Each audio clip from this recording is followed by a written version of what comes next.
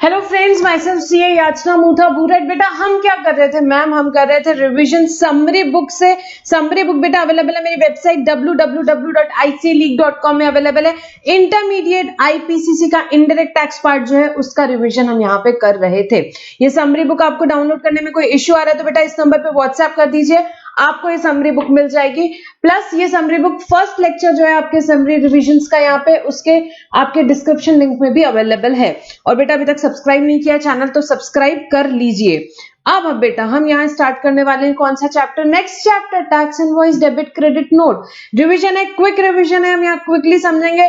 इस चैप्टर से बेटा क्वेश्चन आए मार्क्स नहीं छोड़ना है। वैसे भी इनडायरेक्ट टैक्स पेपर में आपको मार्क्स कहीं भी नहीं छोड़ना है। बहुत ही स्कोरिंग पार्ट है आपका, इनडायरेक्ट टैक्स का पार्ट बहुत ज्यादा स्कोरिंग है।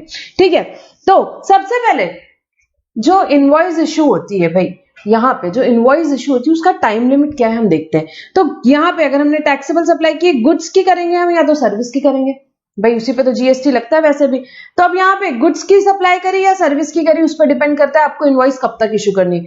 गुड्स की करी मैम मैंने, and it involves movement of goods, and it involves movement of goods मतलब कि भाई मैंने फॉर एग्जाम्पल ये पेन सेल किया, ये पेन क्या हुआ, ये पेन यहां से मैंने मुंबई से भेजा, दिल्ली गया। Does it involve movement of goods? Yes it involve movement of goods. तो आपका टाइम लिमिट क्या होगा? Eight the time of removal, जब रिमूव हो रहा है यहाँ पे, जब रिमूव हो रहा है उस टाइम पे मुझे क्या करना है बेटा? यहाँ पे इश्यू करना है इनवॉइस, यहाँ पे इश्यू करना है इनवॉइस। गुड्स की बात कर रहे हैं तो यहाँ पे अगर मूवमेंट है तो at the time of removal. Movement नहीं है, मूवमेंट गुड्स का नहीं है तो उस केस में eight the time of delivery. मैंने बोला ये गुड्स रखे यहीं से ले लो, तो जो eight the time of delivery है, एट द टाइम डिलीवरी क्या हो जाएगा बेटा? यहाँ पे आपको इनवॉइस इश्यू करनी है। यहाँ पे जैसे कि गुड्स आपने अप्रूवल पे भेजे, सेल और रिटर्न बेसिस वाले गुड्स हैं, उस केस में आपको इनवॉइस इश्यू कब करनी है? बिफोर और at the time of supply, जब सप्लाई हो जाएगा, और with in 6 months from the removal which ever is earlier. तो यहाँ पे क्या हुआ भाई? फॉर एग्जाम्पल मैंने गुड्स अप्रूवल पे भेजे थे, आपको मैंने गुड्स दिए, मैंने बोला अरे देख ले यार, आपको पसंद आए तो रखना, नहीं पसंद आए तो मत रखना। तो यहाँ पे सेल और रिटर्न बेसिस पे मैंने दिया है, आपके पास मैंने गुड्स भेजे, आपने बोला ठीक है मैं देखता हूँ, यहाँ पे मैंने आपने चेक वेक किया, ज्वेलरी थी फॉर एग्जाम्पल, आपने बोला हाँ सही है चलेगा, कोई प्रॉब्लम नहीं है, कोई प्रॉब्लम नहीं है। तो जब आपने बोल दिया, फॉर एग्जाम्पल मैंने आपको जनवरी 1 को भेजा, आपने 3 फरवरी को मेरे को फोन करके बोला कि हाँ भाई सही है चलेगा, तो 3 फरवरी को क्या हो गया? मेरा सप्लाई हो गया। तो बिफोर और at the time of supply 3 फरवरी, या आपने मेरा फोन उठाना ही बंद कर दिया, भाई 6 महीने हो गए, तो उस केस में गवर्नमेंट ने मैक्सिमम टाइम क्या दिया भाई? 6 months तक के तो इनवॉइस बनाना ही पड़ेगा। तो या तो सप्लाई या 6 महीने, विच एवर इज अर्लियर। तो तक के क्या बन सकती है बेटा? यहाँ पे सेल और रिटर्न सप्लाई, जो कि जैसे कि goods and approval and all cases में आपको इनवॉइस बनानी। कब तक बनानी है बेटा? गुड्स के केस में रिमूवल, यहाँ पे अगर मूवमेंट है तो at the time of removal, movement नहीं है तो at the time of delivery. Sale और रिटर्न बेसिस पे बेटा बिफोर और at the time of supply या 6 महीना, विच एवर इज अर्लियर। अब गुड्स की बात नहीं हो रही है यहाँ पे, पेन आईपैड लैपटॉप इनकी बात नहीं कर रहे, सर्विस की बात कर रहे हैं। मैं सीए हूं, मैं दे रही हूँ यहाँ कंसल्टेंसी सर्विसेज, दे रही हूँ। मुझे इनवॉइस कब तक बनानी है? सर्विस के केस में बेटा 30 दिन में, 30 days from the supply of service. मैंने जब भी सर्विस दी उसके 30 दिन के अंदर मेरे को इनवॉइस बनानी है। बट बैंकिंग इंश्योरेंस वगैरह केसेस है, इंश्योरेंस बैंकिंग वालों को टाइम दिया हुआ है, उनकी सर्विस के लिए वो 45 days में इनवॉइस बना सकते हैं। इंश्योरेंस बैंकिंग वाले बेटा 45 days में सर्विस बना सकते हैं। अब ये तो नॉर्मल गुड्स और नॉर्मल सर्विसेज की बात हुई।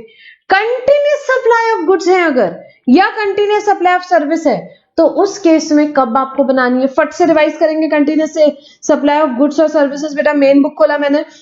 Continuous supply of goods mean supply of goods which is provided और agreed to be provided continuously on recurrent basis under a contract, whether or not by means of wire, cable, pipeline or conduit, and for which supplier issues invoices to the recipient on a regular or periodic basis and include supply of goods, such goods as the government may specify। ठीक है, तो बेटा यहाँ पे जैसे कि gas आ रहा है, supply of gas through pipeline with a weekly billing schedule.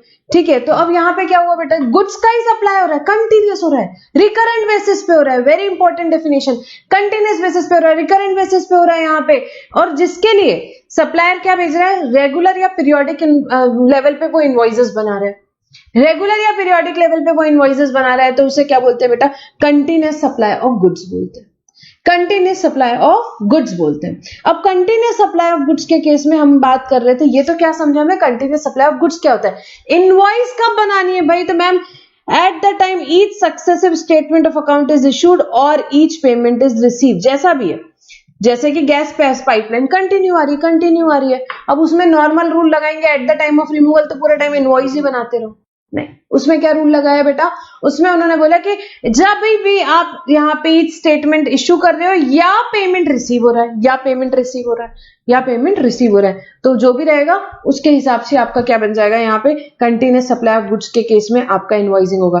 Then continuous supply of service, अब ये क्या चीज है ma'am, supply of service continuous, ये भी बेटा कंटिन्यूस और रिकरेंट बेसिस पे जो सर्विस दी जा रही है किसी कॉन्ट्रैक्ट के अंदर for a period exceeding 3 months with periodic payment obligation include supply of such service as the government notify. Important चीज क्या, कंटिन्यूस और रिकरेंट बेसिस पे है, for a period exceeding 3 months।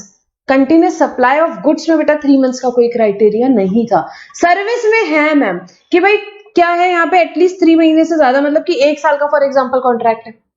जैसे कि अब मैंने क्या बोलते हैं फ्लैट खरीदा, immovable property, construction of immovable property service पे आता है, हमने पढ़ा था सर्विस के डेफिनेशन में आता है सप्लाई वाले चैप्टर में। तो फिर क्या होगा, उसकी इनवॉइस आपको कब बनानी रहेगी, ठीक है। अब उसकी इनवॉइस हम देखेंगे, अभी हम देखते हैं इनवॉइस कब बनानी, time limit for issue of invoice. Continuous supply of service मतलब कि भाई जो कंटिन्यूस रिकरेंट बेसिस पे चल रहा है, 3 महीने से ज्यादा का यहाँ पे कॉन्ट्रैक्ट है, पीरियोडिक पेमेंट ऑब्लिगेशन है, उसे क्या बोलते हैं, कंटिन्यूस सप्लाई ऑफ सर्विस बोलते हैं। अब उसके केस में मैम इनवॉइस कब बनाएंगे, तो अब देखते हैं उसमें अलग अलग चीजें। Where the due date of payment is ascertainable from contract, मतलब कि जैसे कि फॉर एग्जांपल मैं यहाँ पे फॉर एग्जांपल मेरा ये घर है, मैं रेंट पे रहती हूँ, मेरे पास कॉन्ट्रैक्ट है, ठीक है। अब रेंट क्या है बेटा, यहाँ पे तो वैसे सर्विस पे आ गया ये, ठीक है। अब क्या हुआ, अब मेरा यहाँ पे कॉन्ट्रैक्ट है कि भाई मैं हर 5 तारीख को पेमेंट करूंगी ऑन और before the due date, contract में लिखा है due date of payment is ascertainable from contract, तो मेरे को इनवॉइस कब बनानी है, ऑन और बिफोर द ड्यू डेट, 5 तारीख या उसके पहले बनानी है, कॉन्ट्रैक्ट में लिखा है 5 तारीख को पेमेंट करना है। Where the due date of payment is not so ascertainable from contract, कुछ नहीं लिखा है, उनको विश्वास है, याचना है, पेमेंट कर देगी हमेशा, उन्होंने कॉन्ट्रैक्ट में कुछ नहीं लिखा है। तो फिर जब पेमेंट करो तब भाई बिफोर और at the time of payment आपको क्या करना है, इनवॉइस इशू करना है। हम क्या पढ़ रहे हैं, time limit for issue of invoice, तब क्या इशू करना है बेटा, इनवॉइस इशू करना है। And when the payment is linked to completion of an event, जैसे कि फॉर एग्जांपल बेटा यहाँ पे जैसे कि हम क्या खरीदते हैं, फ्लैट खरीदते हैं, तो उसमें कैसा है ये, जैसे कि फॉर एग्जांपल हम छोटा सा एग्जांपल लेते हैं, यहाँ पे फर्स्ट स्लैब आपकी कंप्लीट हुई, तो यहाँ पे ऐसा रहता है उनके कॉन्ट्रैक्ट जनरली कि आपको 10% पेमेंट करना है। सेकेंड स्लैब हमारी कंप्लीट हुई तो आपको यहाँ पे 20% पेमेंट करना है। हमारी यहाँ पे for example 5th slab complete हुई, उसके बाद 50% पेमेंट करना है। और यहाँ पे हमारा लास्ट यहाँ पे पूरा कंप्लीट हुआ, यहाँ पे जैसे ही 100% काम हमारा कंप्लीट हुआ उसके बाद आपको यहाँ पे बाकी का बैलेंस बचा हुआ पेमेंट करना है। तो यहाँ आपने अपने 10% पेमेंट किया, फिर यहाँ पे क्यूमुलेटिव 20% हो गया, क्यूमुलेटिव 50 हो गया, बचा हुआ पेमेंट आपको यहाँ पे eight the time of possession करना है। तो क्या हो रहा है यहाँ पे, एक्चुअली क्या हो रहा है, payment is link to completion of the event, yes the payment is link to the completion of event. आपका पेमेंट क्या है, कंप्लीशन ऑफ इवेंट से लिंक्ड है, तो उस केस में आपको क्या आएगा बेटा, ऑन और before the date of completion of these event आपको क्या करना पड़ेगा बेटा, यहाँ पे इनवॉइस इशू करनी पड़ेगी। So where the due date of contract, due date of payment is ascertainable from contract, on और before the due date, where the due date is not ascertainable ma'am, before और at the time of receipt of payment, and where the payment is link to completion of event. तो हर एक event के completion पे, जैसे कि यहाँ 10% तक हुआ तो आपको इतनी इनवॉइस इशू कर देनी है, नेक्स्ट 10% के आपको सेकंड स्लैब पे, ये इन पर्टिकुलर डेट्स पे, इन पर्टिकुलर डेट्स पे बेटा यहाँ पे इन पर्टिकुलर डेट्स पे आप क्या करोगे, इनवॉइस इशू करोगे उतने उतने पार्ट के, ठीक है। ये क्या हुआ, कंटिन्यूस सप्लाई ऑफ सर्विस, 3 महीने से ज्यादा ही चलता है यहाँ पे बिल्डिंग कंस्ट्रक्शन का कॉन्ट्रैक्ट। अब ये तो क्या हो गया, time limit for issue of invoice normal goods के केस में, कंटिन्यूस सप्लाई ऑफ गुड्स के केस में और सर्विसेज के केस में हमने पढ़ा। अब who can issue a tax invoice, कौन इशू करेगा भाई, रजिस्टर्ड पर्सन जो जीएसटी में रजिस्टर्ड है वो इशू इनवॉइस करेगा। कब, जब वो सप्लाई कर रहा है टैक्सेबल गुड्स या सर्विसेज, सप्लाई कर रहा है टैक्सेबल गुड्स या सर्विसेज यहाँ, तभी वो टैक्सेबल इनवॉइस इशू कर सकता है ऑब्वियसली, या वो रिसीव कर रहा है टैक्सेबल गुड्स या सर्विसेज फ्रॉम अनरजिस्टर्ड सप्लायर, 9394 यहाँ पे अनरजिस्टर्ड से रजिस्टर्ड ले रहा है तो कुछ नोटिफाइड केसेस में क्या है, रजिस्टर्ड को टैक्स पे करना पड़ता है, टैक्स पे करना पड़ता है, तो उस केस में वो इनवॉइस इशू करता है, सारे कंप्लायंसेस उसको करना पड़ता है। नेक्स्ट टाइप्स ऑफ इनवॉइस बेटा, अब इंपॉर्टेंट पार्ट हमारा और शुरू होता है। इनवॉइस, भाई टैक्स इनवॉइस कौन इशू करेगा, रजिस्टर्ड पर्सन जो कि सप्लाई कर रहा है टैक्सेबल गुड्स और सर्विसेज, टैक्सेबल गुड्स और सर्विसेज। अब मैं कर रही हूँ भैया एग्जाम गुड्स सप्लाई कर रही हूँ, मैं यहाँ पे मिल्क फॉर एग्जाम्पल एग्जाम्पल, मैं मिल्क यहाँ पे सप्लाई कर रही हूँ, मैं यहाँ पे फ्रेश वेजिटेबल सप्लाई कर रही हूँ, जो भी हो, मेरा किराना स्टोर्स है, दोनों टाइप के गुड्स मैं यहाँ पे इशू करती रहती हूँ। तो यहाँ पे जब मैं एग्जाम सप्लाई कर रही हूँ, या मैं कंपोजिट डीलर हूँ, या मैं कंपोजिशन के अंदर हूँ, तो उस केस में क्या करेंगे बेटा, बिल ऑफ सप्लाई इशू करूंगी, बिल ऑफ सप्लाई इशू करूंगी। But invoice cum bill of supply में कभी इशू करूंगी बेटा, to be issued by person engage in making taxable as well as exempt supply. जैसे कि फॉर एग्जांपल मेरा यहाँ पे ग्रोसरी शॉप है, जैसे कि मैंने आपको बताया फ्रूट्स वेजिटेबल्स यहाँ पे भी आ रहे हैं, और यहाँ पल्सेस वगैरह भी है, दाल भी है, यहाँ पे मिल्क भी है, कर्ड भी है, सारे आइटम्स यहाँ कर रही हूँ। कुछ आइटम टैक्सेबल है, कुछ एग्जाम्प्ट है, तो उन लोगों को क्या करना है, invoice cum bill of supply issue करेंगे। तो टैक्स इनवॉइस कौन करेगा बेटा, रजिस्टर्ड पर्सन ही करेगा मैम, जो टैक्सेबल गुड्स या सर्विसेज सप्लाई कर रहे हैं। बिल ऑफ सप्लाई दो लोग, जो एग्जाम सप्लाई कर रहे हैं या जो कंपोजिट डीलर है। And third invoice cum bill of supply कौन बेटा, यहाँ पे जो taxable as well as exempt supply कर रहे हैं, taxable as well as exempt supply दोनों कर रहे हैं, वो क्या करेंगे, invoice cum bill of supply issue करेंगे। Manner of issuing invoice, goods के केस में बेटा 3 कॉपी निकालनी, triplicate, original for the recipient. Original क्यों दे रहे हैं मैम रिसिपिएंट को, बेटा उसको उसके बेसिस पे क्रेडिट लेना है, तो ओरिजिनल कॉपी उसको दे देंगे। डुप्लीकेट कॉपी भैया यहाँ पे सरदार जी रास्ते में लेके जाएंगे, आपके ट्रांसपोर्टर्स जी लेके जाएंगे। एंड ट्रिप्लीकेट कॉपी किसकी है बेटा, सप्लायर की, ट्रिप्लीकेट कॉपी सप्लायर की है। सो गुड्स के केस में ट्रिप्लीकेट कॉपी निकलेगी, यहाँ पे first copy original copy for the recipient, जिसके बेसिस पे वो क्रेडिट लेगा। डुप्लीकेट कॉपी यहाँ ड्राइवर साहब लेके जाएंगे, transporter ji. And triplicate copy बेटा कौन लेके जाएगा, किसके पास रहेगी, सप्लायर के पास रहेगी। और सर्विस के केस में 2 ही कॉपी निकालेंगे, क्यों, ओरिजिनल फॉर द रिसिपिएंट जिससे क्रेडिट लेगा, duplicate for the supplier. Transporter क्यों नहीं बेटा, बेटा सर्विस है, ट्रांसपोर्टर नहीं रहता है, ठीक है। So the serial number of invoice issued during a month quarter shall be furnished electronically in GSTR one. जो भी हमारे सीरियल नंबर्स रहते हैं वो हमने क्या करना है, जीएसटीआर1 में हमें ये डॉक्यूमेंट्स के जो भी हमारे नंबर्स रहते हैं वो डालने होते हैं। तो गुड्स के केस में, सर्विस के केस में हमने देख लिया क्या क्या इनवॉइस इशू करनी है। अब ये बेटा इनवॉइस में कितनी कॉपीज इशू करनी है। अब important contents of tax invoice, tax invoice में क्या क्या रहता है बेटा, सिंपल लॉजिक है, ऐसे याद रह जाएगा, ऐसे याद रह जाएगा। सप्लायर की डिटेल्स रहेगी, रिसिपिएंट की डिटेल्स रहेगी, गुड्स की डिटेल्स रहेगी, और क्या रहेगा, टैक्स की डिटेल्स रहेगी यहाँ पे, और कुछ भी नहीं रहेगा ज्यादा। सप्लायर का देखते हैं हम, GST of the supplier, supplier का जीएसटी नंबर रहेगा भाई, consecutive serial number and date of issue of invoice, invoice की डिटेल्स, जीएसटी एंड रिसिपिएंट का रहेगा, name and address of recipient if not registered, यहाँ पे रिसिपिएंट कहाँ जहाँ गुड्स भेज रहे हो वहां पे उसका नेम एड्रेस डालोगे, एचएसएन कोड डालोगे बेटा, यहाँ पे आप जो भी एचएसएन कोड रहेगा, गुड्स का डिस्क्रिप्शन डालोगे, कितनी क्वांटिटी है, कितना वैल्यू का गुड्स है, टैक्सेबल वैल्यू कितनी है बेटा, टोटल वैल्यू एक होती है, टोटल वैल्यू जो वैल्यू है आपकी गुड्स की, टैक्सेबल वैल्यू मतलब जिस वैल्यू पे टैक्स लग रहा है, जिस वैल्यू पे टैक्स लग रहा है, कभी कभार अलग होती है, अबेटमेंट वगैरह प्रिस्क्राइब होते हैं तब, तो कितना वैल्यू टोटल वैल्यू, कितना वैल्यू टैक्सेबल वैल्यू, टैक्स का रेट बेटा सीजीएसटी का, एसजीएसटी का, आईजीएसटी का rate, amount of tax charge, place of supply क्या रहेगा, address of delivery where different than place of supply, tax payable on reverse charge, क्या tax reverse charge पे है तो यस या नो आपको देना पड़ेगा, और सिग्नेचर जो रहेगी किसकी, ऑथराइज सिग्नेटरी की। तो बेसिक डिटेल्स है, रिसिपिएंट की डिटेल्स है, गुड्स की डिटेल है, इनवॉइस की डिटेल है, यहाँ पे याद नहीं रहे तो अपने मन से भी लिख सकते हो, किसका, मेरा जीएसटी आइन, सप्लायर का, रिसिपिएंट का जीएसटी आइन, ठीक है। उसके बाद क्या रहेगा, सीरियल नंबर आपका, इनवॉइस का, description, total value, taxable value, HSN code goods का हो गया। फिर उसके बाद में बेटा अमाउंट ऑफ टैक्स क्या चार्ज किया, प्लेस ऑफ सप्लाई क्या रहेगी, टैक्स क्या रिवर्स चार्ज पे पेएबल है, क्वांटिटी क्या है गुड्स की, एचएसएन कोड क्या है, बस यही सारे डिटेल्स है और कुछ भी नहीं, यही सारे डिटेल्स है। रिसिपिएंट की डिटेल, सप्लायर की डिटेल, और क्या बेटा गुड्स की डिटेल, इनवॉइस की डिटेल, ये चारों चीजें लिख देने का, ठीक है। ऐसे क्वेश्चन आए ना कभी कभार, नहीं भी कुछ हमें याद है तो अपने मन से लॉजिक्स लगाओ, एग्जाम में अपने को प्रेजेंटेशन बरोबर रखना है, ठीक है, मार्क्स बढ़िया मिलते हैं। हमने बहुत सारी टेक्निक्स डिस्कस की है और हम लास्ट लेक्चर में भी डिस्कस करेंगे। नाउ रिवाइज टैक्स इनवॉइस बेटा, revise tax invoice is to be issued in respect of taxable supply affected during this period. Effective date of registration से लेके date of issue of registration certificate. अब भाई मेरा effective date जो था registration का, मेरे को रजिस्ट्रेशन की लायबिलिटी आई, उसके 30 दिन के अंदर अंदर मैंने अप्लाई कर लिया, 30 दिन के अंदर अंदर अप्लाई कर लिया, तो मेरा इफेक्टिव डेट भाई जब से मेरी लायबिलिटी आई तब से हो गया। अब मेरा इफेक्टिव डेट तो गवर्नमेंट ने बोल दिया कि भाई फॉर एग्जांपल 1 जनवरी आता है, यहाँ 1 जनवरी 2020 आता है मेरा इफेक्टिव डेट ऑफ रजिस्ट्रेशन। मेरे को रजिस्ट्रेशन सर्टिफिकेट पर 10-15 दिन बाद आया, 15 दिन बाद आया फॉर एग्जांपल, मेरे को 15 जनवरी को आ रहा है फॉर एग्जांपल।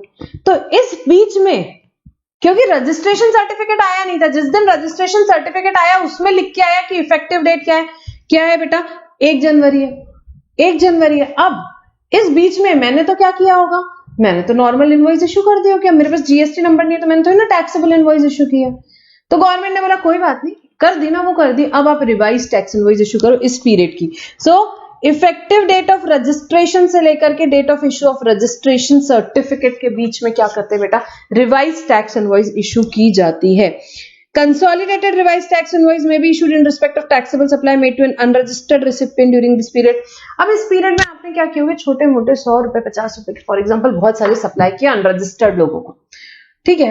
अब गवर्नमेंट ने बोला कोई बात नहीं, आप क्या करो सारे अनरजिस्टर्ड के लिए कंसोलिडेटेड इनवॉइस कर दो, उनको क्रेडिट तो लेना है नहीं, गवर्नमेंट को कोई टेंशन नहीं है, तो वो सारे लोगों के लिए आप क्या कर सकते हो, अनरजिस्टर्ड रेसिपिएंट के लिए consolidated revise tax invoice issue कर दोगे। In case of inter state supply, consolidated revised invoice cannot be issued in respect of all unregistered supply if the value exceeds 2,50,000 during the period। But अब क्या हुआ, interstate supply की, मैंने मुंबई से Delhi supply करी 5 लाख रुपए का एक जने को, अनरजिस्टर्ड है वो, गवर्नमेंट ने बोला तो भी नहीं, 2.5 लाख से ज्यादा है, 2.5 लाख से ज्यादा है, तो उस केस में कंसोलिडेटेड इनवॉइस नहीं, उसका तो इंडिविजुअल इनवॉइस बनेगा। Particulars of debit credit notes are also same as revised tax invoice। This we'll see actually, ये नहीं, अभी ये हम डिस्कस नहीं करेंगे, ये हम बाद में देखेंगे। ये एक्चुअली अब ऐसा नहीं है, ये हम बाद में देखेंगे। Revise tax invoice consolidated, okay बेटा यहां पे चेंज करना, it is consolidated invoice, consolidated tax invoice, गलती से हेडिंग आ गया। So consolidated invoice shall be issued for such supply at the close of each day in respect of all such supplies. अब क्या हुआ बेटा, क्या होता है, tax invoice is not required to be issued in case value of supply is less than 200, recipient unregistered or recipient does not require invoice। अब भाई मैं छोटा मोटा किराने का सामान लेने के लिए गई, 100-150 रुपए का बिल हुआ, मैं अनरजिस्टर्ड हूँ, मेरे को इनवॉइस नहीं चाहिए, 200 रुपए से कम का है, तो गवर्नमेंट ने बोला ठीक है, उस केस में यहाँ पे सप्लायर को इंडिविजुअल टैक्स इनवॉइस देने की जरूरत नहीं है। कब, जब रिसिपिएंट जो है क्या है बेटा, अनरजिस्टर्ड है, वैल्यू 200 रुपए से कम है और रिसिपिएंट बोल रहा है मेरे को इनवॉइस नहीं चाहिए भैया, तो उस केस में क्या है, कंसोलिडेटेड इनवॉइस उस दिन की पूरे ऐसे जितने आपके आए यहाँ पे कस्टमर्स, उन सबका मिला के एक यहाँ पे consolidated tax invoice at the end of each day बन सकती है, at the end of each day बन सकती है। तो क्या लिखा है, consolidated tax invoice shall be issued for such supply at the close of each day in respect of all such supply, in respect of all such supplies.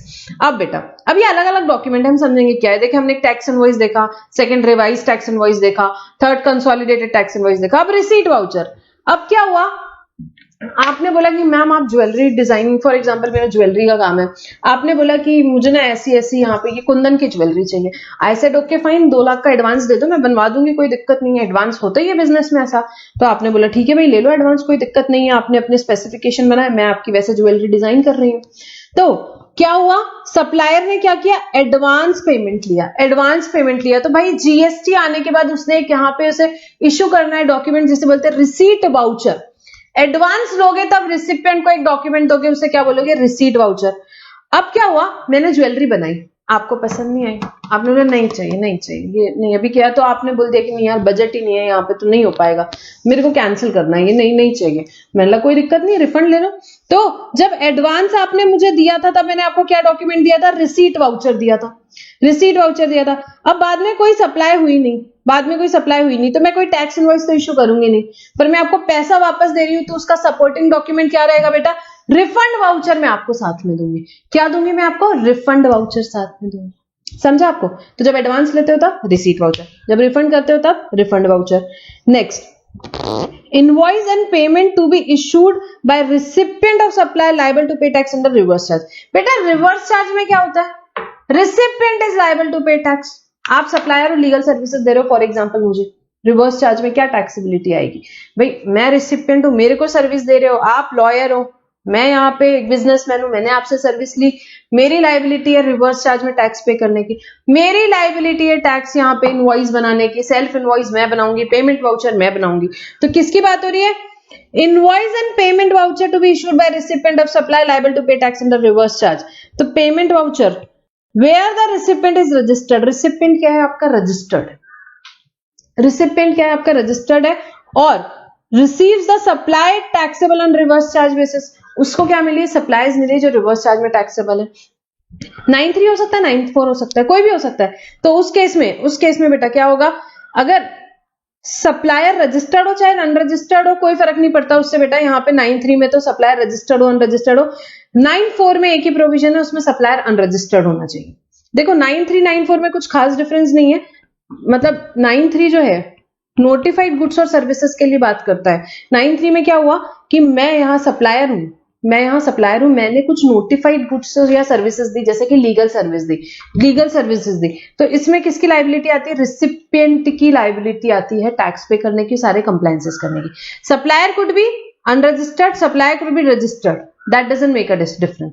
Recipient should be registered, but 9(4) में बेटा, 9(4) में जब unregistered supplier notified registered person को, recipient को यहां पे देता है सर्विसेज, तो रिसिपिएंट की लाइबिलिटी हो पेड करने की, टैक्स करने की। 9(4) में सप्लायर कभी भी रजिस्टर्ड नहीं रहेगा, 9(4) में सप्लायर कभी भी रजिस्टर्ड नहीं रहेगा। तो बस यही लिखा है, सिंपल सी बात है। यहां क्या हुआ? रिसिपिएंट है, उसने रिवर्स चार्ज में सर्विसेज ली 9(3) के अंडर या 9(4) के अंडर, तो उस केस में रिसिपिएंट की क्या लाइबिलिटी है? He will issue a payment voucher at the time of making payment to supplier. जब वो सप्लायर को पेमेंट कर रहा है तब उसको एक डॉक्यूमेंट इशू करना है, उसका नाम क्या है? Payment voucher. ठीक है। 9(3) में सप्लायर रजिस्टर्ड अनरजिस्टर्ड कोई भी हो सकता है, 9(4) में supplier will always be unregistered. अब एक तो पेमेंट वाउचर इशू करेगा रिसिपिएंट, दूसरा डॉक्यूमेंट इशू करेगा इनवॉइस। रिसिपिएंट की लाइबिलिटी भाई रिवर्स चार्ज में सब तुझको ही करना है, सारे कंप्लायंसेस तुझको ही करना है। तो यहाँ पे क्या है? रिसिपिएंट तो आपका क्या है बेटा? रजिस्टर्ड है, रिसिपिएंट रजिस्टर्ड है, रिसिपिएंट ने सर्विसेज ली रिवर्स चार्ज की, सेम बात है 9(3) या 9(4) की, तो रिसिपिएंट को क्या इशू करना है बेटा? इनवॉइस। रिवर्स चार्ज के केस में सप्लायर की कोई रिस्पॉन्सिबिलिटी नहीं, रिसिपिएंट इनवॉइस इशू करेगा, रिसिपिएंट पेमेंट वाउचर इशू करेगा, रिसिपिएंट गवर्नमेंट को पेमेंट करेगा, क्रेडिट भी रिसिपिएंट ही लेगा। ठीक है, तो ये सारी रिस्पॉन्सिबिलिटी किसकी आती है बेटा? रिसिपिएंट की आती है। Next is credit and debit note. पहले डेबिट नोट समझेंगे, ठीक है। नेक्स्ट पेज पे डेबिट नोट बेटा कब इशू करते हैं आपको बहुत अच्छे से पता है। भाई मैंने टैक्स इनवॉइस इशू कर दी, उसके बाद क्या हुआ? टैक्सेबल वैल्यू जो है बेटा वो कम है इनवॉइस में, जो एक्चुअल में होना चाहिए थी उसकी जगह। मैंने क्या किया? मैंने टैक्स इनवॉइस इशू करे, टैक्सेबल वैल्यू 1 लाख लिख दी, एक्चुअली 1,50,000 थी।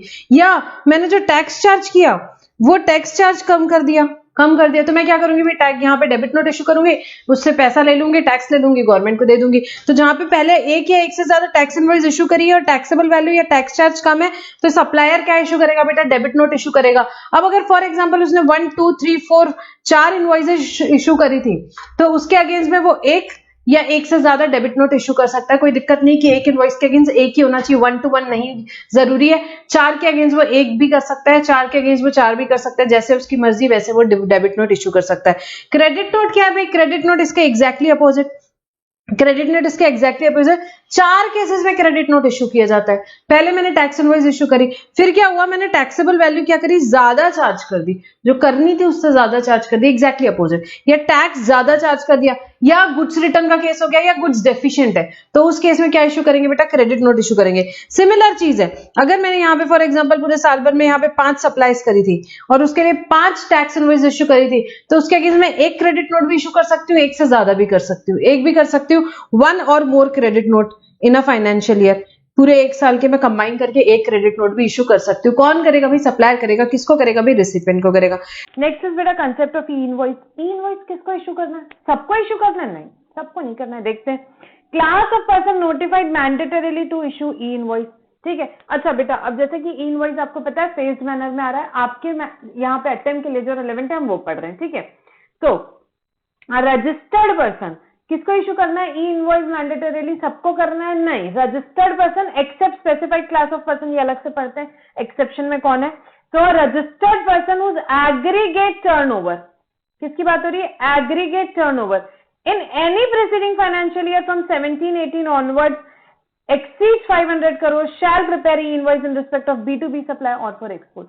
किसको इश्यू करना है इनवॉइस? वो रजिस्टर्ड पर्सन जिनका एग्रीगेट टर्नओवर किसी भी प्रीसीडिंग फाइनेंशियल ईयर 17-18 ऑनवर्ड, हो सकता है 17-18 में, हो सकता है 18-19 में, हो सकता है 19-20 में। फॉर एग्जांपल हम यहाँ 20-21 के लिए देख रहे हैं, तो इनमें से किसी भी साल में उसका एग्रीगेट टर्नओवर कितना गया बेटा?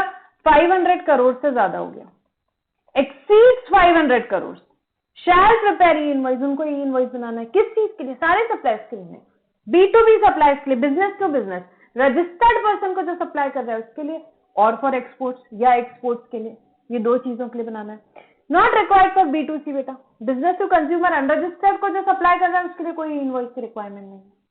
Further e invoice is also not applicable to invoice issued by ISD input service distributors. Input service distributors भी जो इनवॉइस यहाँ पे इशू कर रहे हैं उनको भी ई इनवॉइस की एप्लीकेबिलिटी नहीं है, उनको भी ई इनवॉइस की एप्लीकेबिलिटी नहीं है। तो ई इनवॉइस मैंडेटरी किसको है? जिसका aggregate turnover any preceding financial year 17-18 onward 500 crore से ज्यादा है, एक्सीड्स 500 करोड़, उसको ई इनवॉइस बनाना है for B2B supply, export, not for B2C। ठीक है, और ISD को भी नहीं बनाना है, ISD को भी नहीं बनाना है। फिर now if the invoice is issued by a notified person in respect of supply made by him tax on which is payable under reverse charge, E invoice is applicable. बेटा अब क्या हुआ यहाँ पे? फॉर एग्जांपल एडवोकेट ने services दी, चलो example दिया ही हुआ है, क्या बात हुई यहाँ पे? नोटिफाइड पर्सन ने यहाँ पे बेटा इनवॉइस, यहाँ इफ द इनवॉइस जो है issued by notified person in respect of which supply जो की है वो RCM में टैक्सेबल है, तो उस केस में भी ई इनवॉइस लगेगा। Who is the notified person? Notified person अभी पढ़ा, जिसका 500 करोड़ से ज्यादा क्या है? एग्रीगेट टर्नओवर, वो कौन हो गया? Notified person. अब यहाँ पे टैक्स पेयर एग्जांपल देखेंगे, से a form of advocate having aggregate turnover of more than 500 crore. For example ये फॉर्म ऑफ एडवोकेट है बेटा, उसका क्या एग्रीगेट टर्नओवर 500 करोड़ से ज्यादा है, वो सप्लाई कर रहे हैं services to a company, supplying service to a company who will be discharging tax liability as recipient. हमको पता है टैक्स पेयर जो यहाँ एडवोकेट है वो RCM में आता है, उस केस में टैक्स कौन पे करता है बेटा? Recipient company. Recipient company tax यहाँ पे करती है, ठीक है, बिजनेस एंटिटी जो भी रिसिपिएंट है। बट ई इनवॉइस किसको एप्लीकेबल होगा? नोटिफाइड पर्सन को, एडवोकेट को। क्यों? क्योंकि उनका टर्नओवर 500 करोड़ से ज्यादा है। Such invoice have to be reported by tax payer since it is a notified person to IRP। तो इनवॉइस कौन यहाँ पे? यहाँ पे ई इनवॉइस को रिपोर्ट करने की रिस्पॉन्सिबिलिटी किसकी है? टैक्स पेयर की है, मतलब कि यहाँ पे नोटिफाइड पर्सन की है, अपने एग्जाम्पल में एडवोकेट की है। भले से टैक्स कौन डिस्चार्ज करेगा? टैक्स तो रेसिपिएंट डिस्चार्ज करेगा, बट ई इनवॉइस की एप्लीकेबिलिटी किसको है? नोटिफाइड पर्सन को ओनली। अब रिवर्स केस समझेंगे और एक, however where the specified category of supplier received by notified person, क्या हुआ? Specified category of supplier received by notified person from unregistered person attracting RCM under 9(4) or through import of service, e-invoice does not arise or is not applicable। क्या बात हुई भाई यहाँ पे? देखो, where a specified category of supply are received by a notified person, क्या हो रहा है? स्पेसिफाइड कैटेगरी सप्लाई रिसीव कर रहा है notified person from unregistered person attracting RCM under 9(4) या इंपोर्ट में भी यहाँ पे RCM होता है। ई इनवॉइसिंग डज नॉट अराइज और नॉट एप्लीकेबल। ठीक है, अपोजिट केस में बेटा यहाँ पे नोटिफाइड पर्सन है, ठीक है, उसने क्या किया है? स्पेसिफाइड कैटेगरी ऑफ सप्लाई वो रिसीव कर रहा है अनरजिस्टर्ड पर्सन से। ठीक है, फॉर एग्जाम्पल देखो 9(4) का URD से या specified class of registered person हो, आपने रिसीव करी सप्लाई, टैक्स आप RCM पे करोगे, टैक्स आप RCM पे करोगे। ठीक है, आपका टर्नओवर फॉर एग्जांपल 500 करोड़ से ज्यादा है, बट ई इनवॉइसिंग किस पे नहीं लगती? ये URD से जो आपने परचेज किया उस पर्टिकुलर ट्रांजैक्शन के लिए आपको कोई ई इनवॉइस करने की जरूरत नहीं, इवन इफ आपका टर्नओवर 500 करोड़ से ज्यादा है।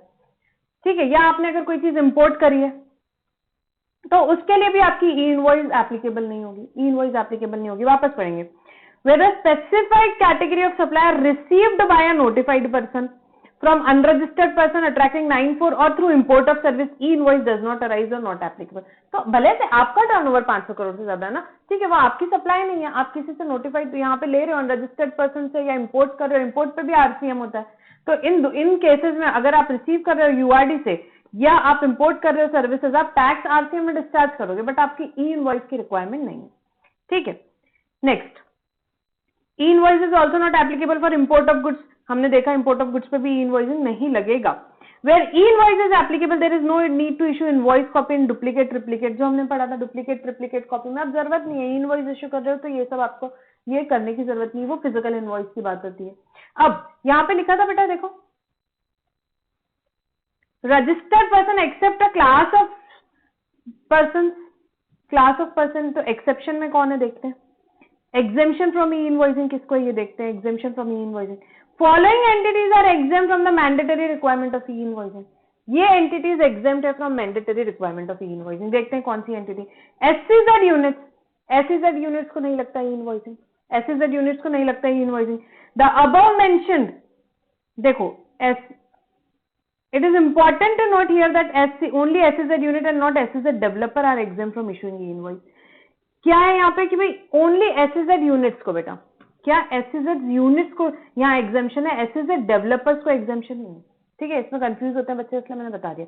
तो कौन कौन एग्जेम्प्ट है बेटा ई इनवॉइस से, कौन कौन एग्जेम्प्ट है, SEZ यूनिट एग्जेम्प्ट है, insurer, banking company, financial institute including NBFC exempt है, insurance company, banking company, financial institute, NBFC सबको ही एग्जेम्प्ट है। GTS applying service in relation to transportation of goods by road in a goods carriage, वो भी exempt है, इनको भी ई invoice नहीं करना है। Supplier of passenger transport service exempt है। Person supplying service by way of admission of to exhibition on cinematographic films in a multiplex screen, बेटा वो जो पीवीआर वगैरह वो सब कुछ, तो इन सबको एग्जेम्पशन है। मतलब इवन इफ इनका टर्नओवर बेटा 500 करोड़ से ज्यादा हो किसी भी सालों में पिछले, तो भी इनको ई इनवॉइस नहीं लगती। मैम अगर 500 करोड़ से कम है तो बेटा उनको तो वैसे भी जरूरत नहीं है, उनको तो वैसे भी ई इनवॉइसिंग की जरूरत नहीं है। ये वो लोग हैं जिनका 500 करोड़ से ज्यादा टर्नओवर रहा होगा तो भी उनको क्या ई इनवॉइस नहीं लगेगी। 500 करोड़ तीनों साल में जरूरी नहीं है, कोई भी एक साल में 500 करोड़ से ज्यादा हुआ तो आपको जनरली ई इनवॉइस लग जाता है। बट इन केसेस में अगर आप फॉल होते हो, मतलब आप अगर एसईजेड यूनिट हो, इंश्योरर हो, बैंकिंग कंपनी हो, फाइनेंशियल इंस्टीट्यूट हो, एनबीएफसी हो, जीटीए हो, पैसेंजर ट्रांसपोर्ट सर्विस कर रहे हो या मल्टीप्लेक्स स्क्रीन पे हो, तो यहाँ पे इस केसेस में आपको ई इनवॉइस की एप्लीकेबिलिटी नहीं है। You are exempted from issuing e invoice, you are exempted from issuing e invoice, ठीक है। So the above mentioned entities are not required to issue e invoices even if their turnover exceeds 500 crores in the preceding financial year from 17-18 onwards, ठीक है। And it is important to note कि SEZ unit exempt है बेटा, SEZ developer यहाँ पे नहीं exempt है। SEZ developer अगर आया आपको तो वो उससे तो टैक्सेबल है ही है, उसको उनको तो ई इनवॉइस की रिक्वायरमेंट है ही है। मतलब next, how is E invoice generated, ठीक है। अब ये सिंपल है, यहाँ तक का पार्ट सबसे इंपॉर्टेंट था, ये बस एक अंडरस्टैंडिंग के लिए हमको समझना है। यहाँ पे the taxpayer first prepares and generates his invoice using his own ERP billing system, accounting manual system. तो टैक्सपेयर क्या करेगा बेटा, सबसे पहले उसका जो भी सिस्टम है, अकाउंटिंग का सिस्टम है, ईआरपी, अकाउंटिंग, बिलिंग, उससे क्या करेगा, वो इनवॉइस जनरेट करेगा। नॉर्मल जैसे इनवॉइस जनरेट करता है वैसे इनवॉइस जनरेट करेगा। The invoice was conform to e invoice schema that is an standard notified format है कि invoice schema standard notified format है कि भाई ये फील्ड्स होनी चाहिए। तो आपकी जो इनवॉइस है यहाँ पे, आपने जो अकाउंटिंग सिस्टम, बिलिंग सिस्टम से जो इनवॉइस निकाल रहे हो वो कंफर्म करनी चाहिए किससे, वो ई इनवॉइस स्कीमा से। मतलब वो स्टैंडर्ड नोटिफाइड फॉर्मेट में जो फील्ड्स है वो आपके इनवॉइस में होनी चाहिए। And must have all the mandatory parameters. The details of invoice are uploaded, reported by the taxpayer to IRP। तो ये जो इनवॉइसेज है यहाँ पे, जो डिटेल्स है इनवॉइस की, उसको अपलोड करेगा, रिपोर्ट करेगा टैक्सपेयर कहाँ, IRP में, that is invoice registration portal में। अपनी इनवॉइस के जो भी डिटेल्स है बेटा सिंपल लैंग्वेज में समझे तो जैसे फॉर एग्जांपल उसने जितनी इनवॉइसेज आज निकाली वो एक एक्सेल शीट में फील्ड्स दी हुई है, उसको वहां पे सबमिट करना है, ठीक है। तो रिपोर्ट करेगा, वो अपलोड करेगा कहाँ पे, इनवॉइस रजिस्ट्रेशन पोर्टल में। दिस वे टैक्सपेयर रजिस्टर करता है his supply on IRP। On uploading IRP returns the e-invoice with a unique IRN number। जैसे ही उसने अपलोड किया उसके बाद क्या करेगा, वहां से बेटा सिस्टम उसको IRP क्या रिटर्न करेगा, ई इनवॉइस रिटर्न करेगा जिसमें एक यूनिक नंबर रहेगा, यूनिक इनवॉइस रेफरेंस नंबर रहेगा, डिजिटल साइन रहेगा उसमें। After digitally signing the e invoice and adding a QR code, ठीक है। Then the supplier shares the e invoice with the receiver along with the QR code. और supplier क्या share करेगा, ये e invoice share करेगा receiver के साथ along with QR code. तो उसने जो इनवॉइस की डिटेल्स अपलोड की उसके बाद साथ में उसको क्या आएगा, वापस से वो इनवॉइस आएगी विद एक IRN नंबर आएगा, डिजिटली साइन होगी और ऐड होगा उसमें QR कोड। फिर वो इनवॉइस को वो शेयर करेगा अपने रिसिपिएंट के साथ, ठीक है। अब कुछ टर्म्स है बेटा समझेंगे। IRP अभी हमने पढ़ा, IRP का मतलब क्या होता है, एक वेबसाइट है for uploading reporting of invoice by the notified person. ये नोटिफाइड पर्सन जो है जिस वेबसाइट पे अपलोड करेगा, रिपोर्ट करेगा ये एंड इनवॉइसेस, वो पोर्टल्स जो हैं उसे आईआरपी बोलते हैं। इनवॉइस के रजिस्ट्रेशन पोर्टल है बेटा, ये देखो 10 पोर्टल नोटिफाई किए, इसमें से अभी यहाँ पे फेस्ड मैनर में एक एक करके सारे आएंगे, ठीक है। तो नाम क्या है देखेंगे, www.einvoice1.gst.gov.in, next www.einvoice2.gst.gov.in। In the similar manner ऐसे 10 तक के इनवॉइस रजिस्ट्रेशन पोर्टल नोटिफाई किए हुए हैं, ठीक है। तो ये ई इनवॉइस से रिलेटेड कंसेप्ट था, ठीक है। तो ये इंपॉर्टेंट है क्योंकि इसमें अभी अभी अमेंडमेंट्स हुए हैं और एग्जाम में पूछने के चांस बनते हैं, ठीक है। तो इसको आपको अच्छे से पढ़ना है। तो ये ई इनवॉइस हुआ। और एक और पॉइंट हम यहाँ पे डिस्कस करेंगे बेटा, जो हमने कंसोलिडेटेड टैक्स इनवॉइस बनाई थी, कंसोलिडेटेड टैक्स इनवॉइस हमने कंसेप्ट पढ़ा था ना, यहाँ पे रिसिपिएंट जब अनरजिस्टर्ड है, 200 से कम का है और रिसिपिएंट को इनवॉइस नहीं चाहिए, तो डे एंड में आप कंसोलिडेटेड इनवॉइस बना सकते हो। तो उसी के लिए दिया गया है, option to issue consolidated invoice has been disallowed to supplier engage in making supply of service by way of admission to exhibition of cinematographic film in multiplex screen, movie देखने जाते हैं, वो आपको जो इनवॉइस देते हैं बेटा, वहां पे क्या किया इन्होंने, कंसोलिडेटेड इनवॉइस का कंसेप्ट हटा दिया, इवन इफ 200 रुपए से कम है।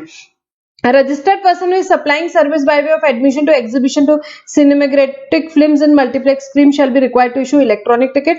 The electronic ticket को क्या मान लिया जाएगा, टैक्स इनवॉइस मान लिया जाएगा, even if it does not contain details of recipient of service but contains other information. Moreover, supplier of such service in a screen other than multiplex screen shall also be given. दूसरे screen वाले भी option ले सकते हैं। तो simple सी बात है, इन लोगों को ये ऑप्शन डिसअलाउ किया है। तो बेटा यहाँ तक हमारा जो कंसेप्ट होता है किससे रिलेटेड पढ़ा हमने, इनवॉइस से रिलेटेड पढ़ा, अलग अलग चीजें पढ़ी, टैक्स इनवॉइस पढ़ी, रिवाइज टैक्स इनवॉइस हमने पढ़ी, consolidated tax invoice, advance voucher कब, रिफंड वाउचर कब, हमने ये सारी चीजें पढ़ी, डेबिट नोट कब, क्रेडिट नोट कब, हमने यहाँ पे समझा ई इनवॉइस कब, ये सारी चीजें हमने यहाँ पे डिस्कस करी। अब जो नेक्स्ट कंसेप्ट है बेटा, हम यहाँ पे किससे रिलेटेड करने वाले, ई वे बिल से रिलेटेड करने वाले हैं डिस्कस, ये this is not so important, ठीक है। ई वे बिल कब मिलता है देखते हैं हम यहाँ पे, जब मूवमेंट ऑफ गुड्स होता है, कंसाइनमेंट वैल्यू कितनी है, 50,000 से ज्यादा, बेटा क्विक रिवीजन है, फटाफट करेंगे। कंसाइनमेंट वैल्यू 50,000 से ज्यादा है और गुड्स का मूवमेंट होता है, तो जो डॉक्यूमेंट इश्यू करना है उसे क्या बोलते हैं बेटा, हम बोलते हैं ई वे बिल। ई वे बिल जैसे कि टैक्स इनवॉइस होती है, सप्लाई में मूवमेंट पे क्या होता है यहाँ पे बेटा, ई वे बिल होता है। कब, जब सप्लाई हो तब, सप्लाई के अलावा कुछ और भी है और मूवमेंट हुआ, जैसे कि सेल्स रिटर्न हुई और मूवमेंट हुआ तो भी, या इनवर्ट सप्लाई अनरजिस्टर्ड पर्सन से, इनवर्ट सप्लाई अनरजिस्टर्ड पर्सन से, ये तीनों भी केस में क्या किया जाएगा बेटा, यहाँ पे किसी भी केस में क्या इश्यू किया जाता है डॉक्यूमेंट, उसे क्या बोलते हैं, ई वे बिल बोला जाता है, ई वे बिल बोला जाता है। जो मूवमेंट कॉस्ट करता है वो part A of GST EWB 01 यहाँ पे फिल करता है। मूवमेंट कौन कॉस्ट करता है, अब यहाँ सप्लायर रजिस्टर्ड है, उसने यहाँ पे गुड्स ट्रांसपोर्ट कराया, उसने मूवमेंट कॉस्ट की, रिसिपिएंट रजिस्टर्ड है, उसने मूवमेंट कॉस्ट कराया, उसने अरेंजेस कराया ट्रांसपोर्ट, उसने कॉस्ट किया। अगर यहाँ सप्लायर अनरजिस्टर्ड है, उसने रजिस्टर्ड रिसिपिएंट को दिया है, तो उस केस में रिसिपिएंट की रिस्पॉन्सिबिलिटी है। दो पार्ट होते हैं बेटा ई वे बिल में, पार्ट ए, मैं फास्ट जा रही हूँ, मैंने बताया part A, part B. Part A कौन भरता है, जो मूवमेंट कॉस्ट कर रहा है, सप्लायर हो सकता है, रिसिपिएंट हो सकता है, कोई भी हो सकता है।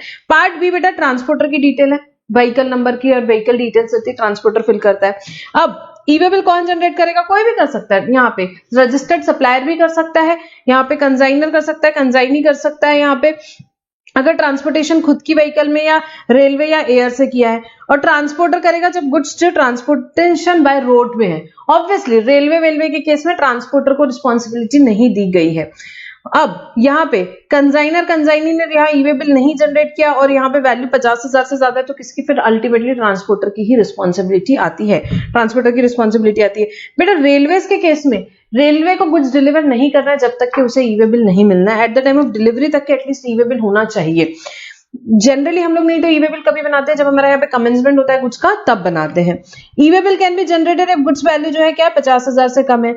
E way bill may not be furnished in part B, details of conveyance may not be furnished in part B, जब यहाँ पे place of business of consignor से लेके place of business of transporter for further transportation, या transporter की जगह से लेके further place of business of consignee जो है वो 50 किलोमीटर से ज्यादा नहीं है, तो उस केस में आपको डिटेल्स यहाँ पार्ट बी में फर्निश करने की जरूरत नहीं है। अब क्या हुआ, ट्रांसपोर्टर गुड्स लेकर के जा रहे थे, यहाँ पे ट्रांसपोर्टर हमारे यहाँ पे सरदार जी हैं, यहाँ पे वो गुड्स लेकर के जा रहे हैं। अब क्या हुआ, अब यहाँ पे आपके गुड्स जो है उनका जो कन्वेंस हो सकता है फॉर एग्जांपल खराब हो गया, तो उनको क्या करना पड़ेगा, यहाँ पे गुड्स ट्रांसफर करना पड़ेगा दूसरे कन्वेंस में। So in such cases the transporter और generator of the e way bill shall update new vehicle number in part B of e way bill before such transfer and movement of goods. Government की expectations देखो, government क्या बोल रही है कि भाई जो ट्रांसपोर्टर है यहाँ पे फॉर एग्जाम्पल यहाँ पे उनको उन्होंने रिस्पॉन्सिबिलिटी दी है कि भाई यहाँ पे सरदार जी है, फॉर एग्जांपल गवर्नमेंट सोच रही है कि भाई हमारे यहाँ पे ट्रांसपोर्टर्स इतने एजुकेटेड है कि वो पोर्टल पे लॉग इन करेंगे और क्या करेंगे, व्हीकल की डिटेल अपडेट करेंगे। तो गवर्नमेंट ने रिस्पॉन्सिबिलिटी क्या दी है कि वो उन्हें अपडेट करना है व्हीकल नंबर, कहाँ पे, पार्ट बी में। पार्ट बी किससे, व्हीकल डिटेल से रिलेटेड होता है। Consolidated E way bill in case of transportation, in case of road transport beta, after e-way bill has been generated where multiple consignment are intended to be transported in one conveyance। अब क्या हुआ बेटा, यहाँ पे मेरा for example एक truck है, truck में बहुत सारे छोटे छोटे कंसाइनमेंट जा रहे हैं, multiple consignment in one conveyance. एक कन्वेंस है, एक ट्रक है, उसमें मल्टीपल कंसाइनमेंट जा रहे हैं।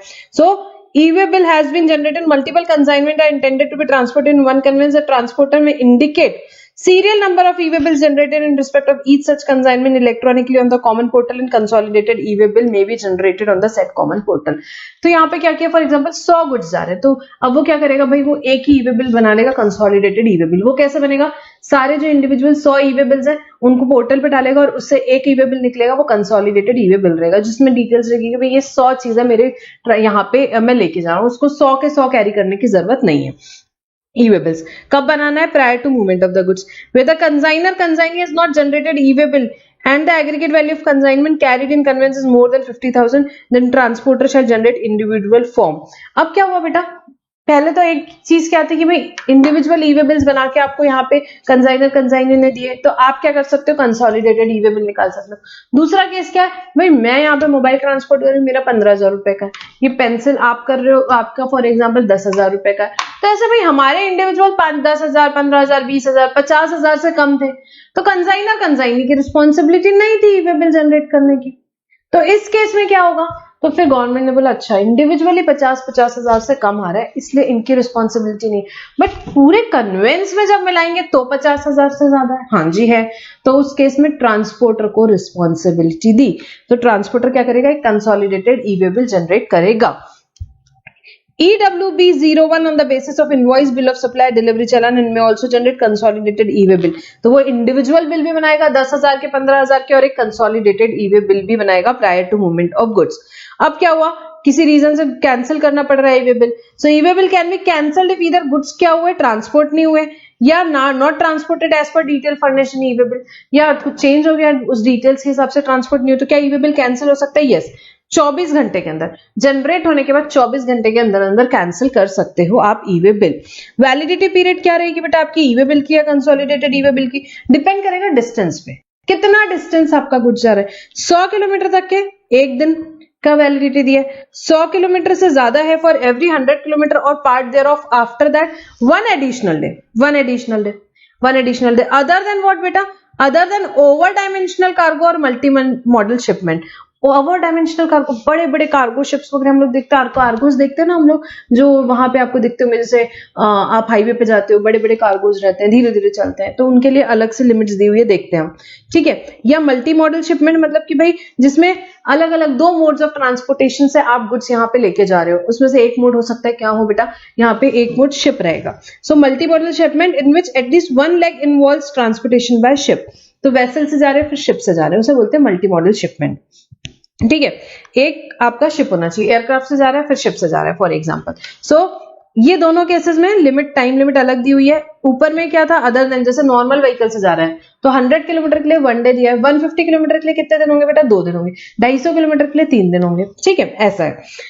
नेक्स्ट, फॉर 20 किलोमीटर 1 डे है, क्योंकि वो बड़े बड़े होते हैं, धीरे धीरे चलते हैं, ओवर डायमेंशनल कार्गो या मल्टी मॉडल शिपमेंट। और for every 20 kilometre of part there of बेटा 1 एडिशनल दे दिया हुआ है, 1 एडिशनल दे दिया हुआ है। अब ई-वे बिल आपने तो बना दिया, the person causing the movement of goods shall generate e way bill specifying the details of other person as recipient who can communicate the exception and rejection of the e-way bill. If no, exception rejection is not communicated within 72 hours from the date of time of generation or time of delivery, whichever is earlier, it shall be deemed that it has accepted। क्या हुआ, मैंने e-way bill बनाया, आपको accept तो करना पड़ेगा, ठीक है, आपने भी रिस्पॉन्सिबिलिटी ले लिया, एक्सेप्ट कर लिया, तो टाइम क्या दिया हुआ है 72 आवर्स। मैंने जब बनाया उसके 72 आवर्स में आपने एक्सेप्ट करना है, नहीं किया तो it will be deemed to be accepted. 72 hours from the time of generation और डिलीवरी ऑफ गुड्स। अब गुड्स उसके पहले पहुंच गए तो उसके विच एवर इज अर्लियर, वो क्या दी हुई है आपको, टाइम लिमिट दी हुई है एक्सेप्ट करने की या रिजेक्ट करने की, एक्सेप्ट करने की या रिजेक्ट करने की। Documents devices to be carried by person in charge of conveyance. अब यहाँ पे सरदार जी जा रहे हैं, आपका यहाँ पे डॉक्यूमेंट उनको क्या लेकर के जाना है बेटा, रास्ते में इनवॉइस लेके जाएंगे या बिल ऑफ सप्लाई या delivery challan, as the case में भी वो उन्हें लेके जाना है। ई वे बिल की कॉपी लेके जाएंगे या तो फिजिकल फॉर्म में, या ई वे बिल का नंबर रख सकते हैं वो इलेक्ट्रॉनिक फॉर्म में, या map to RFID device embedded on the conveyance. तो यहाँ पे 3 ऑप्शंस दिए हुए हैं बेटा, ये RFID अभी पूरा आया नहीं है, तो फिजिकल रख सकते हैं या ई वे बिल का सिर्फ नंबर रख सकते हैं इलेक्ट्रॉनिक फॉर्म में, या RFID डिवाइसेस अभी गवर्नमेंट लेके आने वाली कि भाई यहाँ पे डिवाइस जो रहेगी ट्रक के ऊपर फॉर एग्जांपल डिवाइस लगी हुई है, उसको वहां से स्कैन करेंगे चेक पोस्ट से तो पता चल जाएगा, वो लिंक रहेगा ई वे बिल से, पता चल जाएगा कि अंदर क्या कुछ है। तो इसमें से कुछ ना कुछ उन्हें कैरी करना पड़ेगा। एक्सपेक्टेशंस देखो आप गवर्नमेंट की। Verification of documents and conveyance, commissioner or any officer empowered by him in this behalf may authorize the officer to intercept any conveyance to verify e-way bill or e-way bill number in the physical form for all interstate and intrastate movement। अब रास्ते में government को officer को ऐसा लगा कि नहीं मुझे एक बार चेक करना है, तो क्या वो चेक कर सकता है? हाँ कर सकता है, कोई दिक्कत नहीं है। Physical verification of specific conveyance can also be carried by officer on specific information of tax evasion। यहाँ पे अब बेटा यहाँ पे आपके जो टैक्स इवेजन की उनके पास स्पेसिफिक इन्फॉर्मेशन है, तभी वो आपको एक स्टेट में एक से ज्यादा बार रोक सकते हैं, अदरवाइज एक स्टेट में आपको एक ही बार रोका जाएगा। और 30 मिनट से ज्यादा आपका व्हीकल डिटेन किया है तो फिर अगेन गवर्नमेंट ने बोला यहाँ पे ट्रांसपोर्टर को log in to the portal, और आप क्या कर सकते हो, आप वहां पे इन्फॉर्म कर सकते हो हमको कि भाई हमें यहाँ पे 30 मिनट से ज्यादा हमारे व्हीकल को डिटेन किया गया है। Inspection and verification of goods, जब इंस्पेक्शन वेरिफिकेशन हुआ तो यहाँ पे ऑफिसर को भी काम दिया है कि उन्हें समरी रिपोर्ट बनानी है हर एक इंस्पेक्शन की, और वो पोर्टल पे डालनी है कितने दिन में, 24 आवर्स ऑफ इंस्पेक्शन में, और फाइनल रिपोर्ट 3 दिन में देनी पड़ेगी उन्हें। Once physical verification of goods being transported on a conveyance has been done during transit at one place within a state, no physical verification shall be carried out again in that state. अब दूसरी बार नहीं कर सकते until and unless यहाँ पे उनको पता चला है कि इवेजन ऑफ टैक्स है तो रोक सकते हैं, अदरवाइज नहीं रोक सकते हैं। तो बेटा हमने बहुत क्विकली डिस्कस किया क्योंकि यहाँ पे हमारा क्विक रिवीजन था, हमारे पास बहुत ज्यादा टाइम नहीं था, बहुत फास्ट हमने ई वे बिल का यहाँ पे डिस्कशन किया। अब यहाँ पे एक पॉइंट और हमारा रह जाता है, यस लास्ट हमारा पॉइंट यहाँ पे हम डिस्कस करेंगे, restriction on furnishing information on part A of e way bill 01। No person shall not be allowed to furnish information in Part A of GST EWB 01 in respect of following registered person, whether as supplier or recipient। तो यहाँ पे बेटा इन लोगों के बारे में कोई भी ई वे बिल पार्ट ए में इंफॉर्मेशन नहीं देगा। कौन लोग हैं ये वो लोग हैं जो कि कंपोजिशन में टैक्स पे कर रहे थे और यहाँ पे उन्होंने क्या किया, 2 कॉन्जिक्यूटिव क्वार्टर्स तक के statement of payment of self assessed tax furnish ही नहीं किया, या जो रेगुलर स्कीम में टैक्स पे कर रहे थे और उन्होंने 2 कॉन्जिक्यूटिव मंथ तक के रिटर्न ही फर्निश नहीं किया, जो रेगुलर स्कीम में थे और जिन्होंने GSTR 1 ही फर्निश नहीं किया 2 महीने या 2 क्वार्टर तक के, तो वो लोग क्या कर सकते हैं बेटा, उन लोग क्या कर सकते हैं बेटा, यहाँ पे उन लोगों के लिए इन्फॉर्मेशन फर्निश नहीं की जाएगी। हाउएवर कमिश्नर को या जुरिस्डिक्शनल कमिश्नर को ऐसा लगता है कि भाई एप्लीकेशन किया है और उसका सफिशिएंट कॉज है, तो उस केस में अलाउ कर सकते हैं उसकी इंफॉर्मेशन फर्निश करने के लिए, पर ये रिक्वेस्ट अगर रिजेक्ट कर रहे हैं तो ऑब्वियसली उसको reasonable opportunity of being heard देनी पड़ेगी, सो बेटा here we complete the chapter tax invoice, debit and credit note and e way bills हमने यहाँ पे कंप्लीट किया। ठीक है, सो बेटा will stop our discussion over here for the summary lecture. Thank you for now.